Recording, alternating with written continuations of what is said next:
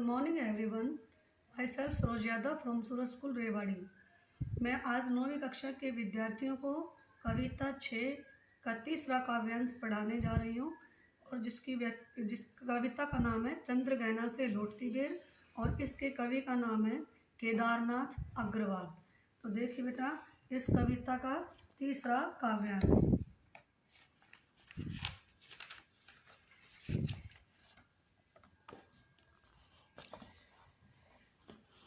और पैरों के तले है एक पोखर, उठ रही इसमें लहरियाँ, नील तल में जो उगी है घास भूरी, ले रही वह भी लहरियाँ।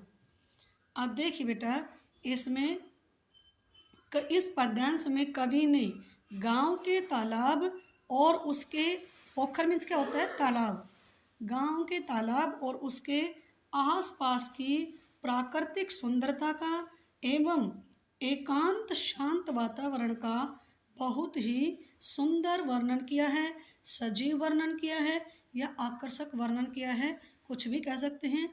देखिए और पैरों के तले है, पैरों के तले का मतलब ये नहीं होता पैर के तले अर्थात पास में ही, पैरों के तले का मतलब होता है पास में ही, नज़दीक ही।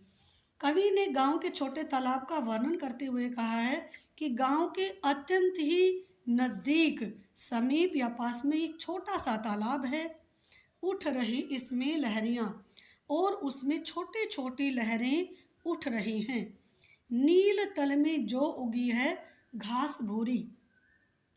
कवि कह रहा है कि पानी की सतह पर नीले रंग की घास उगी हुई है, ले रही वह भी लहरियाँ और वह भी पानी की लहरों के साथ साथ हिल रही है।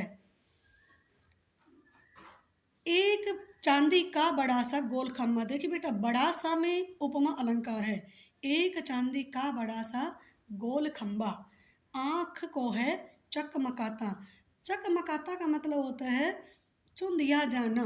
भाई जब जब सायंकाल के समय जब चंद्रमा का प्रकाश जब पोखर यानी तालाब के पानी पर पड़ता है और जब तालाब का पानी हिलने लगता है तो उसमें चांद का जो प्रतिबिंब जो पड़ता है वो ऐसे लगता है जैसे कि एक चांदी का बड़ा सा गोल खंभा खड़ा हो और वह कवि की आंखों को चकमकाता हो, यानी उसे देखकर आंखें चुंधिया रही हैं कई पत्थर किनारे पी रहे चुपचाप पानी।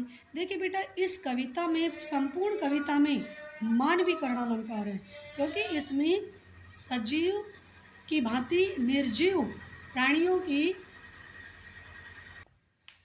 पी रहे चुपचाप पानी, अर्थात इसमें मानवीकरण अलंकार है।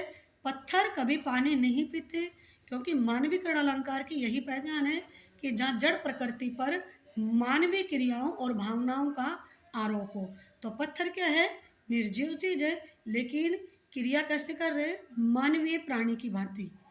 आगे देखिए, पी रहे चुपचाप पानी प्यास जाने कब बुझेगी, कि इस पोखर के किनारे कई पत्थर पड़े हुए हैं और वो चुपचाप पानी पी रहे हैं और इतने प्यासे हैं ये पत्थर कि न जाने उनकी प्यास कब बुझेगी। ऐसा लगता है मानो वे चुपचाप पानी पी रहे हों और उनकी प्यास जाने कब बुझेगी।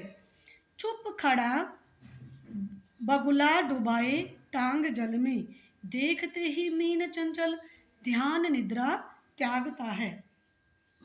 और देखिए बेटा किंतु कह रहा कि वही पास में ही उस तालाब में एक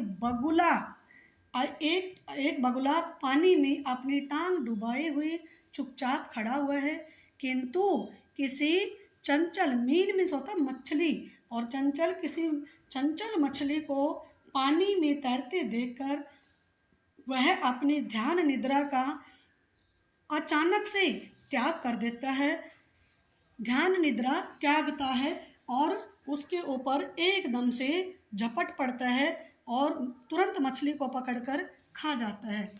चट दबाकर चोंच में नीचे गले के डालता है और तुरंत उस मछली को अपनी चोंच में डालकर गले से नीचे उतार लेता है। एक काले माथ वाली चतुर चिड़िया श्वेत पंखों के झपाटे मार फौरन टूट पड़ती है भरे जल के हृदय पर।